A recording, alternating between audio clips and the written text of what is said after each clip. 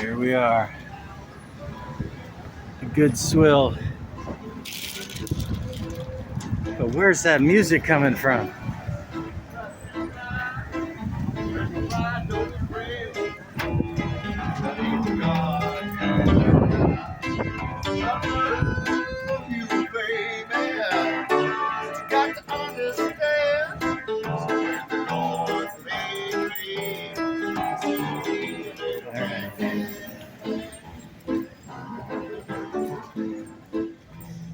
Let's go in here and see if they got anything.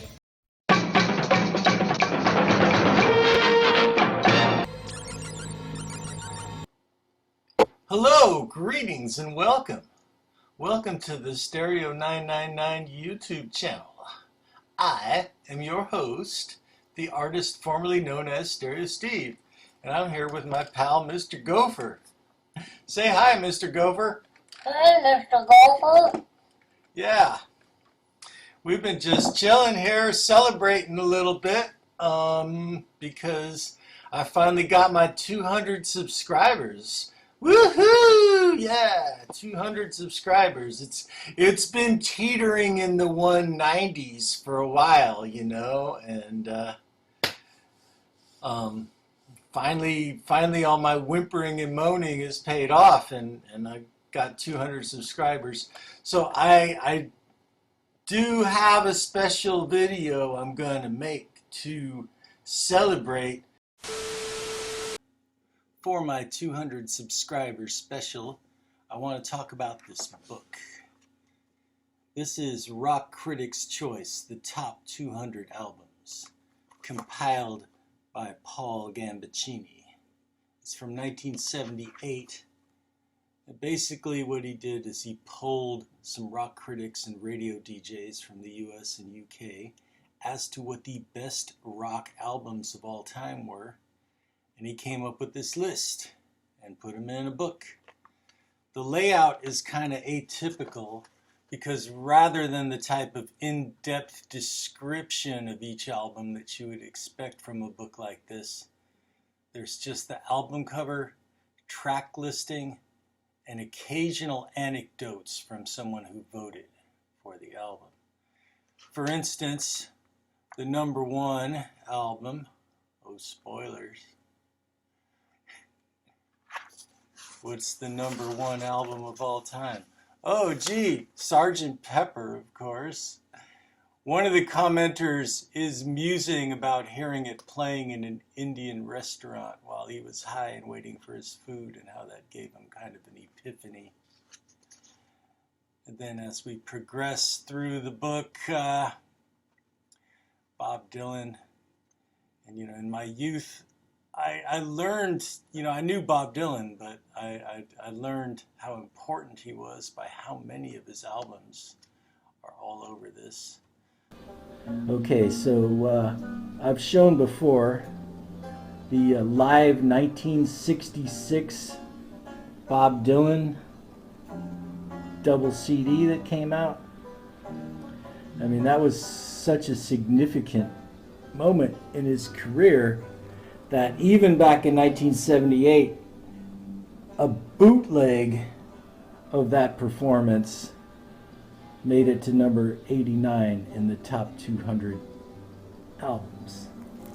Now, the reason I've chosen to talk about this book in this episode is because it was one of my main gateways into how I dig deeper for music, even today.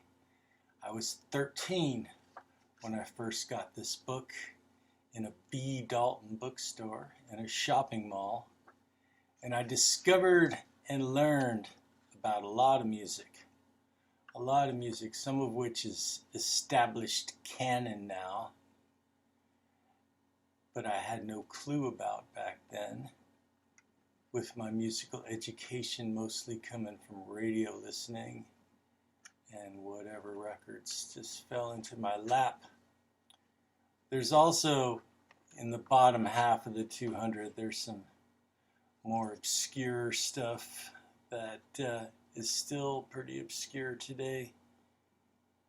So we're going to flip through the pages of this tome and backtrack the steps of my musical journey and see where it got me. Okay, so here's where I bust out the records. I'm going to talk about some records that are either listed in the book, or for the most part, I'm going to talk about records that I heard about for the first time, 13-year-old me, in this book. And the first few are albums that really led me down a rabbit hole to dig deep into some of these artists. And I'm going to start with the first Soft Machine album, which their lineup changed from album to album, but on the first album it was Mike Radledge, Robert Wyatt, and Kevin Ayers. And all the songs were connected to each other. And this album had a spinning gear, a little more difficult to spin than Led Zeppelin 3, but it was pretty groovy.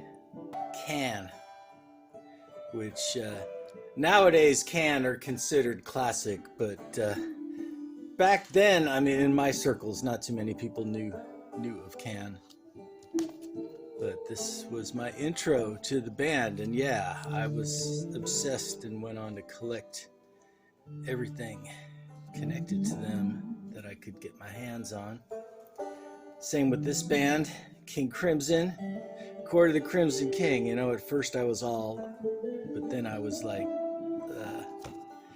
this is the same copy that I bought in high school, that I took care of all these years, even down to peeling the hype sticker that said King Crimson off the shrink wrap and sticking it here. Yeah. All right, another obsession that annoyed the hell out of my friends was Mr. Frank Zappa. They made him reverse this. That's Jimmy Carl Black. That's not Frank. That's Frank there. And this cover, they reversed it, but it was a parody of the #1 album in the book, Sgt. Pepper, Mothers of Invention. We're only in it for the money. And yeah, a rock opera about how cops beating up and killing hippies eventually led to the hippies being put in Kafkaesque concentration camps, told mostly in Alvin Chipmunk voices. It's a masterpiece. Okay. This one, I'd never heard of this band, got really high ratings. Again, another one that's nowadays recognized in the canon as a classic. Forever Changes by Love. This picture on the back with Arthur and the broken vase. And yeah, so I picked up this record, and here's the thing is, I didn't get it the first time I listened to it. I'm like, this is violins and they're singing about snot, and I was expecting a total psychedelic brain melter. I wasn't ready for the subtlety of this album, and I didn't get it the first time I heard it. But a couple of songs stuck in my head, and what finally made me a fan was this compilation, Love Revisited, which shows the evolution of the band from Little Red Book up until Forever Changes and For Sale, all the, you know, the Elektra years. Liner notes by Ellen Willis, who's like one of the contributors to the book. But yeah, this compilation, suddenly the whole evolution of the band made sense to me. And turns out the psychedelic brain melter that I was looking for was the album For Sale, the first album with the second lineup of the band. Okay, Stooges Funhouse. This is not too fancy, but this is a copy I found maybe around 1990 or so. So this is a reissue with this 80s style Electra label and no gatefold, but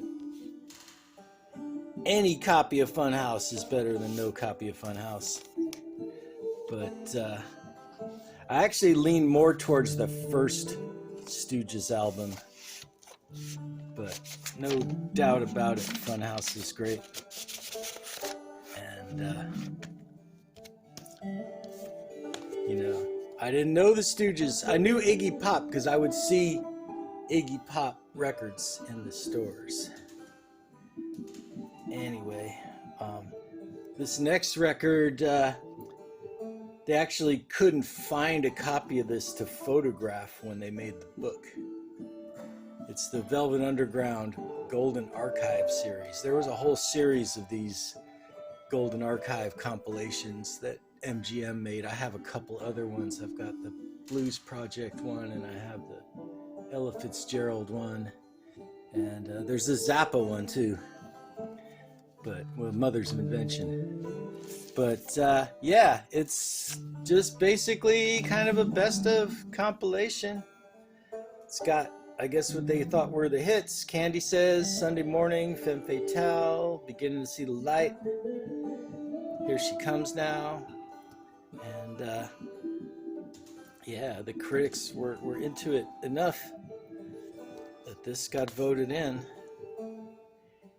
And yeah, I definitely went down a rabbit hole with Velvet Underground. I got a big collection of their stuff. MC5 Back in the USA. The same day I found this Stooges album, I was lucky enough to find a nice OG copy of this Back in the USA. Atlantic, Broadway, I don't know what pressing plant, but CTH. But yeah, this album. So I talked about this album before. I talked about how they accidentally invented punk rock by making an album of short, angry songs. Another rabbit hole I went pretty deep down was Brian Eno. And the one album that they had listed for him was Taking Tiger Mountain by Strategy, his second solo album, rock album, after leaving Roxy Music. But I got into all his stuff, the Life in the Bush of Ghosts and the ambient stuff. There was an interview with him on KPFA where he talked about all kinds of crazy stuff. He talked about this is an original UK pressing on Polydor, and what's cool about this is at the end of the first side, the last song on the first side ends with these kind of cricket noises, and there's an endless loop groove of the cricket noises till you take the needle off at the end of the side on the original Polydor pressings of this album. Patti Smith Horses. I knew her because I saw her on Saturday Night Live performing Gloria, which was pretty cool. And it took me a while. I found a copy of this record at a garage sale, like when I was in college. This is the later pressing with this Arista label. Don't be afraid of these later Arista pressings with this label, because they are on pretty good vinyl. They sound good. And see, they put a new barcode with the new catalog number on a sticker over where the old catalog number was, because it's a reissue. And in the book also they talk about the Clash and how the Clash got a lot of votes from UK contributors, their first album, even though it wasn't released yet in the US. So here, they did the same thing they did with the Beatles and the Stones. This is an original English copy of the first Clash album. And on CBS. And then a few years later, I think it was not until 1980 maybe that they released it in the US, like after London Calling was a hit. And again, the American copies, it says The Clash on the top instead of on the bottom. And totally different track listing where they threw a bunch of singles on it. And then there's the more obscure stuff that was in the bottom half. And this was another rabbit hole I went down. The Apple Tree Theater playback. And this is just a weird record. And again, I said this was maybe the first like really obscure psych record that I ever owned. And it's these two guys. All right. But anyway, Apple Tree Theater were two brothers, John and Terrence Boylan. And Terrence was the singer and John was producer. Then there were a bunch of studio musicians and they made this album. But yeah, this is pretty much an obscure psych oddity. But both of these guys continued on in the music industry and had some kind of odd brushes with fame. For example, Alias Boona was on Verb Forecast also, was Terry Boylan's solo album. And Walter Becker and Don Fagan, who would later become Steely Dan, were his backup band on this. And he does a few Apple Tree Theater songs.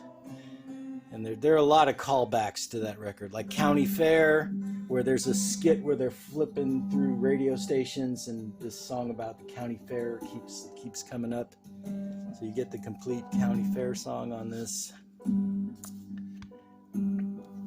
Terrence also did a couple of kind of yacht rockish solo albums in the 70s. This one from like 1978, which kind of say, if you like Jackson Browne and you like smooth yacht rock, you will dig this record. This one's good too, Susie, that he made in 1980.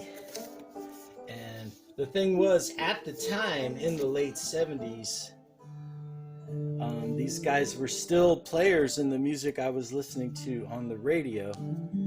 This Ian Matthews, Stealin' Home. I want to show you because this is a green vinyl pressing. In the UK, this came out on a bunch of different colored vinyls.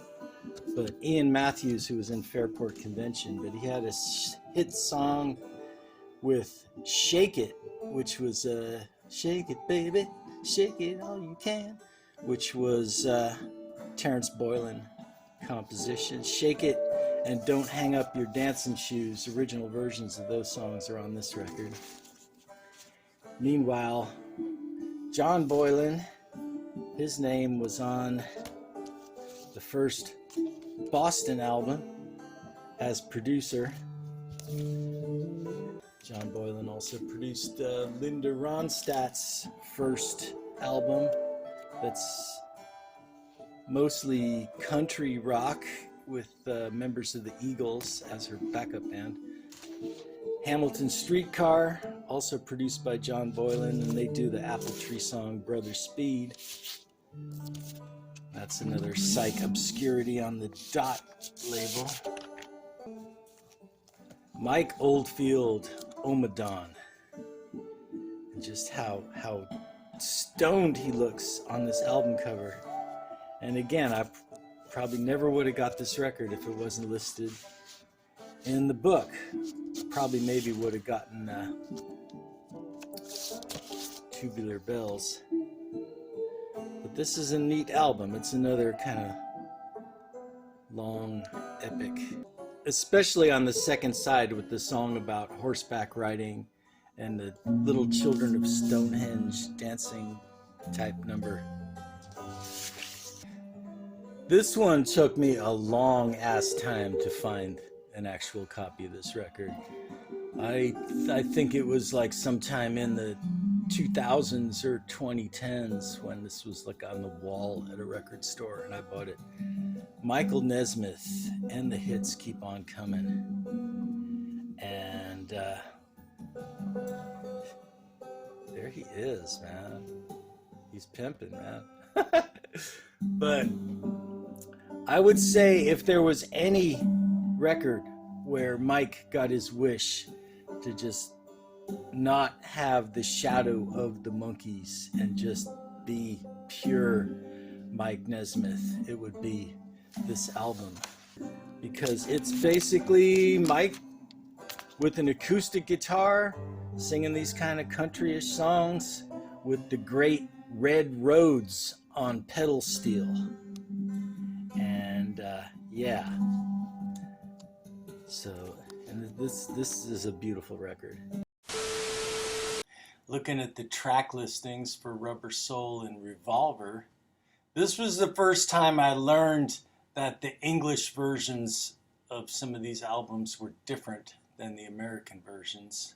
In the book it says, in cases where different track listings differ, we will go with the more complete English versions. So I just want to give a shout out to the American versions of a couple of my favorite albums. Beatles Revolver. I've always said the American version of Rubber Soul is its own thing, and it's a brilliant album. Beatles Revolver, not so much. So they just shaved off some songs. They just gave you 11 songs instead of 14 songs. And they put the songs they chopped off on Yesterday and Today. Rolling Stones, Out of Our Heads. This is the American version with this cover. And this was one of my this is maybe the second Rolling Stones album I owned after Between the Buttons. But yeah, I'm just partial to this. You know, a lot of soul covers like Marvin Gaye's Hitchhike and That's How Strong My Love Is and Good Times. But then, and Mercy Mercy by Don Covey. But then also, The Last Time, I Can't Get No Satisfaction, Play With Fire. Yeah. This is another one I found like when I was a teenager. When I was maybe about 16, I went through a phase with the Kinks where just anything Kinks, I was trying to collect all the early Kinks albums, and I got a good amount of them. But this is my copy of Something Else by the Kinks, and I bought it in a record store, which is a great album. It has the songs David Watts and Death of a Clown, and it's kind of the beginning of the Baroque pop phase of the Kinks. Of course, it has their song Waterloo Sunset, which I became obsessed with. And if you're not obsessed with the Kinks' Waterloo Sunset, what have you been doing with your life? Another band that I was digging into at the time, mainly because of an older cousin who was a fan, and I was digging into their early albums, was Chicago. And in the book, there's only two Chicago records. There's the Greatest Hits, and there's that live box set, which I'd never bothered to pick up the live box set, though Lester Bangs wrote a hilarious review of it. But I want to show you this because this is kind of unusual. This is a Mexican pressing, Los Grandes Éxitos de Chicago, with all the song titles. Not only does it have all the song titles in Spanish, but it has the long versions of the songs from the albums. It doesn't have the short single versions of the songs like the regular album does. But real quick, if I was voting in the poll, I would pick different Chicago records. I would pick the debut when they were still called Chicago Transit Authority. The second album, which has 25 or 64 and Color My World, and also has some epic long jams on it, and Chicago 7 with the embossed cover. This was the last album where they had long extended jams, and it's a masterpiece. It's kind of their last burst of greatness before they kind of devolved into a lounge act. The Ken Berry Wow Show with special appearances tonight by Carol Burnett, Andy Griffith, and Peter Lawford will return right after this word.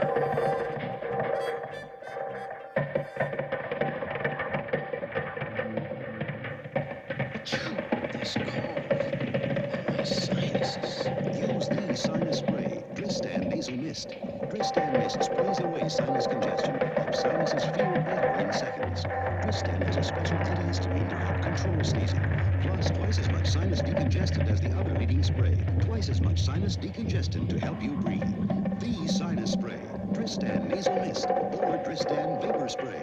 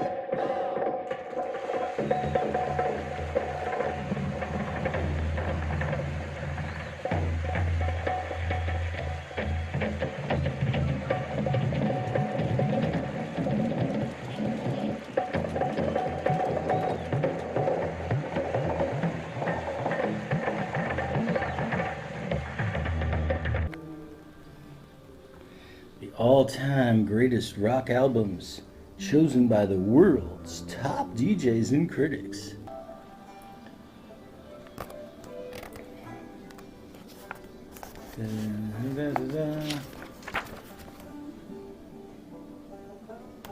Some of these people I've heard of later on, like the infamous Robert Christgau, and it's pretty predictable when they show what their top tens are. Cameron Crowe, who brought us the movie Almost Famous, and this guy. But even this stuff was interesting, reading these guys' personal comments. And Ben Fong Torres, Pete Frame, he was the guy who drew those music family tree diagrams.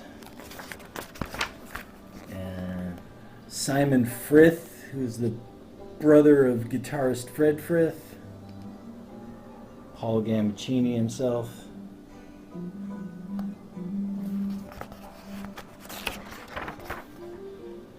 Murray the K, famous radio DJ. Lenny Kaye, guitarist and 60s garage compiler that I talked about in my last video. Grail Marcus, Dave Marsh, of course Bruce Springsteen, #1.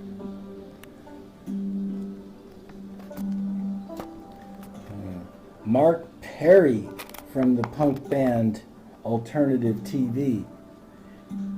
His top 10 list is pretty interesting. The Clash, Zappa, as they covered a Zappa song, Ramones, Bob Marley, 2 Can albums, Unlimited Edition and E.G. Bumyasi, And Dillinger CB200. It says, perhaps all of my list is unusual, but I listen to honesty rather than great rock albums. Reggae's in the list because I think it's better than rock. T-Rex is in the list because I think they're funny. Okay, Tim Rice, as in co-writer of Jesus Christ Superstar and Evita.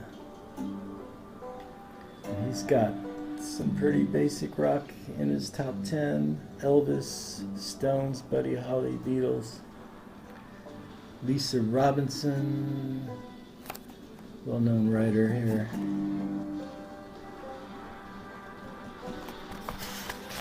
So these are all the people that picked out these albums.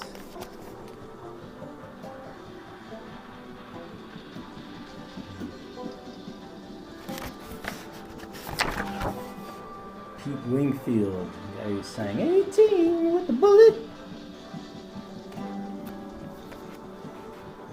All right, well, thank you for this book. Thank you for helping to warp my brain, sir.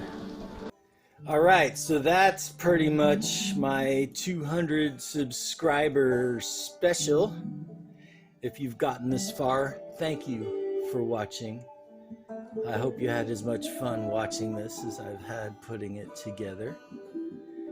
If you're a repeat viewer, I appreciate you a lot. Welcome back.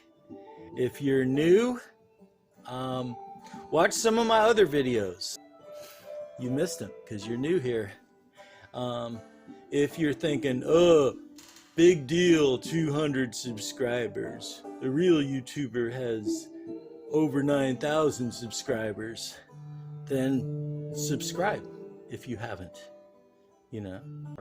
Good evening, Bob.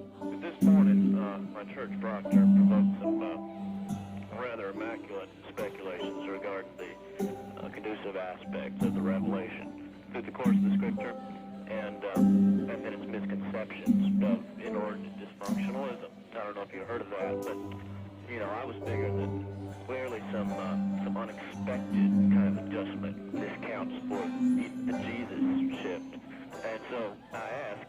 Glenn, what comfort brings the dysfunction despite the Concord norms? Could you rephrase that one more time?